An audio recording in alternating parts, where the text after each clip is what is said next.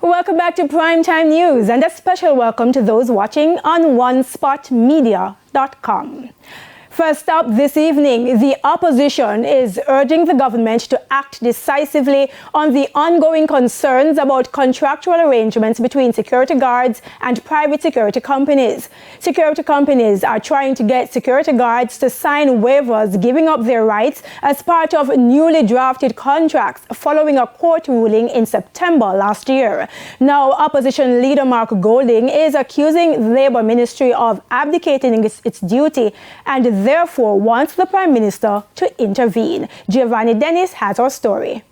Private security guards expected a new working regime on April 1.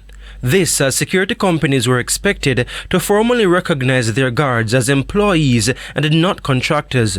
But with protests earlier this week and widespread discontent, the transition has not been smooth. The government has been written to by the representatives of the guards.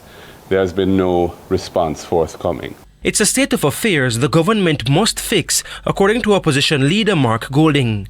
The government is the single largest employer of security guards in the country, over 60%, and so the government needs to act as an honest broker between the security companies and the security guards to work out a solution that is balanced and fair to all.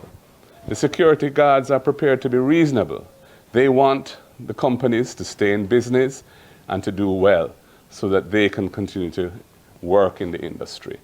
But it is not fair or reasonable or realistic to expect them to waive and give up their accrued rights. Those rights, Mr. Golding argues, are being infringed by security companies asking guards to sign waivers giving up benefits they should get. Mr. Golding believes the Labour Ministry is failing the security guards. The matter is calling for a negotiated settlement.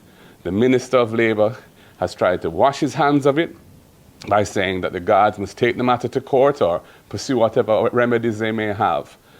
That is not the first and most beneficial and favorable solution.